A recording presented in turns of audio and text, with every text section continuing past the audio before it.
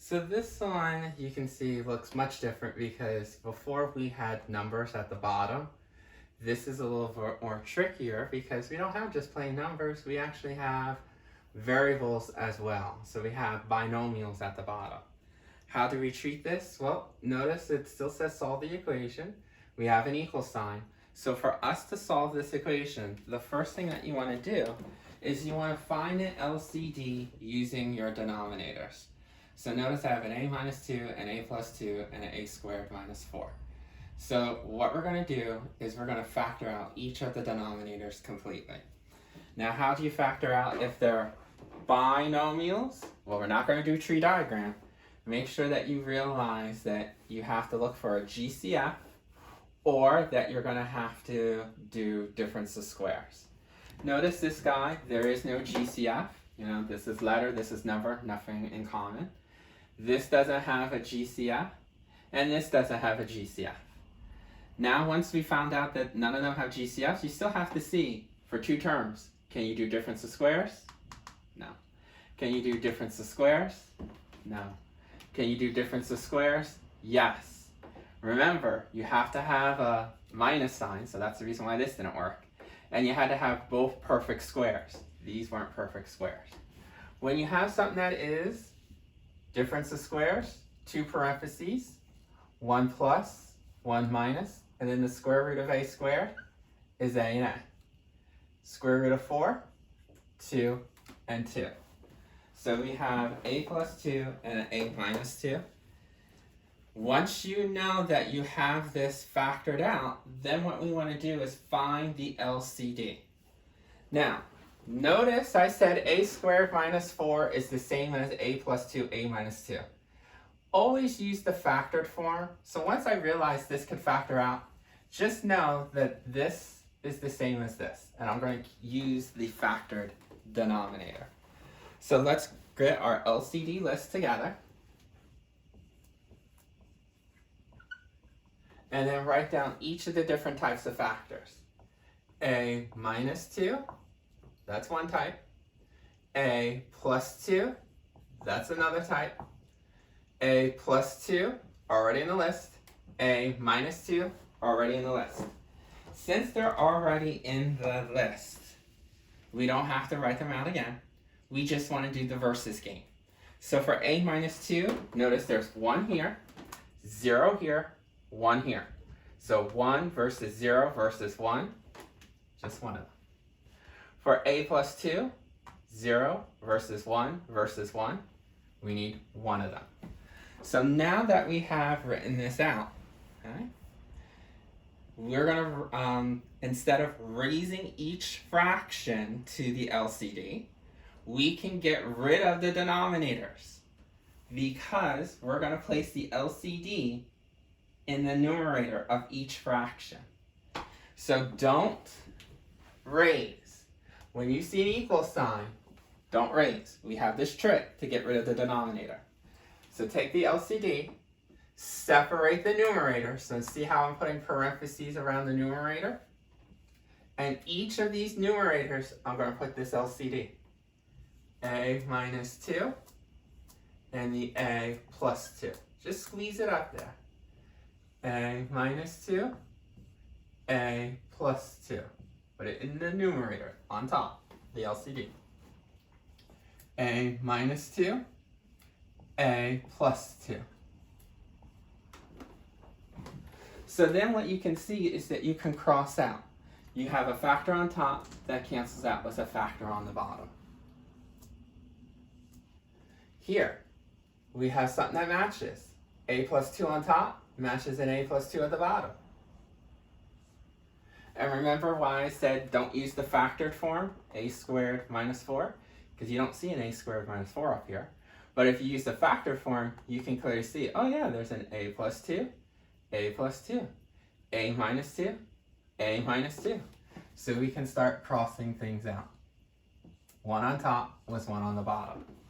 Once we have that, notice that there's no more denominators. Remember, once we start crossing out with the LCD, we'll have no more denominators. All of them will be crossed out. So step 4, it's a little messy. So let's rewrite the problem out. Notice what's left over here. A plus 2 and a 7.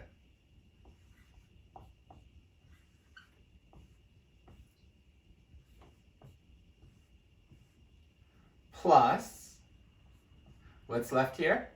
A minus 2 and a 3.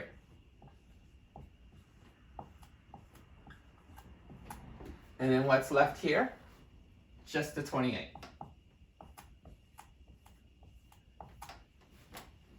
Notice there's no more fractions. Because there's no more fractions or anything like that, then what we can do is we can distribute to get rid of those parentheses. Now it might look a little funky for you because you're usually seeing the number in front. Remember with multiplication, it doesn't matter what order. You can have 5 times 3 or 3 times 5. Multiplication is what we call commutative, so it doesn't matter what order. So if you did write the 7 in front and then the a plus 2, it's fine. So it's going to look a little funky because we're just going to distribute in that direction. 7 times a is 7a. 7 times 2 is 14. Then distribute here. 3 times a, 3a. And then 3 times negative 2, negative 6. And here, just put in the equals. Understood 1 times 28 is 28. Now that we have that, then our next goal is to collect any like terms. So draw the line where you have the equal sign. That way you have a left-hand side and a right-hand side. When you do this, you can start collecting your like terms. So on this side, notice we have 2 variable terms. Also, we have 2 constant terms. So we can collect this and this. You know that when you add, since they're both the same signs, you're going to get 10a. But when you do these, positive and a negative, the 2 constants, they're different, so you subtract, we'll get a plus 8. Notice I don't collect the 8 and the 28 because they're on both different sides of the equation. So once we're done the collecting part, now this is the time to determine what method you're going to use to solve. Are you going to use the linear or are we going to solve by factoring? Notice that we have no exponents in the variable, so we can do our traditional solving linear equations. Variables on one side, constants on the other. So you can clearly see variable on this side, because it's the only side that has the variable. Then by default, this has to be constant once you label the variable side. You know that this 8 cannot stay on the variable side, it has no letter, so you move it. Additive inverse would make it negative 8. Whatever you do to the left, you have to do to the right.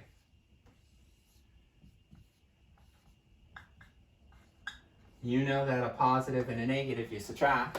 Who wins the tug of war? Team 28, so it's team positive that wins. And then you're going to divide each side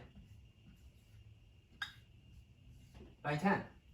So we get an answer of A equals 2. Now, this is important. We talked about this in the other problem. Once you get your answer, check to see if this would make any of the fractions undefined. Remember, this was A minus 2. If you put a 2 where the A is, 2 minus 2 is 0. 7 divided by 0 is undefined. What I'm looking for is to see if there is an actual answer that will make this a true statement. If I find out that when I get an answer here, I have to validate to see if this is a proper answer. How do I do that? It's just look at the denominators and see if I plug in this, would I get a 0 at the bottom? Because anything divided by 0 is undefined, which means we can't have. And notice if I plug in this 2 here, 2 minus 2 is 0. So even though we solved and we got an answer, I hate to say this wouldn't work because it makes the problem undefined. Since there's no other answer, some problems, especially when you do the factoring method, you might have two answers, where one answer eliminates and the other one doesn't. In this case, if all the answers eliminate, then we can say that this is not solvable. A does not equal any number, undefined. Okay, so that's how you would do something like this.